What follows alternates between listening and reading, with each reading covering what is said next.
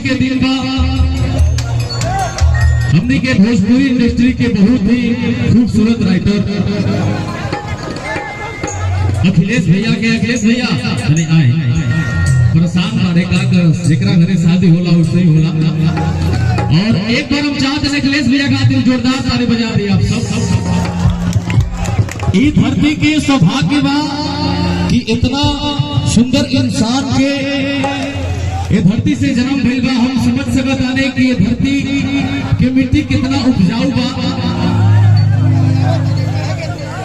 और आप सब यहाँ के जोना तरीका से मोहब्बत आशीर्वाद दिले बानी। आज सब लोग सब कलाकार है धरती पे आए बानी, सबके आप सब आशीर्वाद प्यार दी। आप गीत से सब लोग के स्टार बनोले बने हैं और हर स्टार के कोयले भी बने।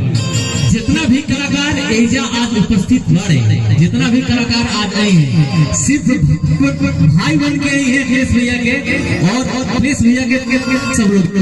और यहाँ के भैया गीत एगो लिखले बाने काहे कि माहौल दूसर बा, तो वो गीत आगे हम दुल्हन सुनाई आप सबके भैया।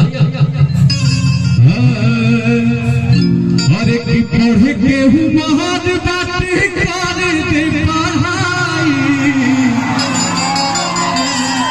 जो कि हर जगह से आप सब आशीर्वाद प्यार भर भर के दे रहा बानी। और एक कंपनी से रिलीज भी लगा तो राइटर भी माने, वो कंपनी के मालिक भी माने रखे। और एक गीत था कि हम हुआल बनी तू अरे चोरा कर दाका हाय हाय रे हमर लो भर दुला।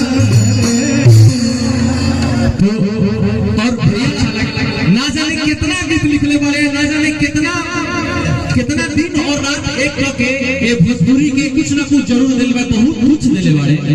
और भैया हम दोनों भाइयों का ये दुआ है कि आप बहुत आगे जाएं और साथ में सभी लोगों को लेकर चले। अन्नपूर्णा कंपनी आपका नहीं है, भाइयों का है। भोजपुरी में जितने भाई है सबका है। और सब कलाकार एक साथ उपस्थित बानी। आज बहुत सारा कलाकार आप सबके पता बा, तो बड़ा मजा आयो।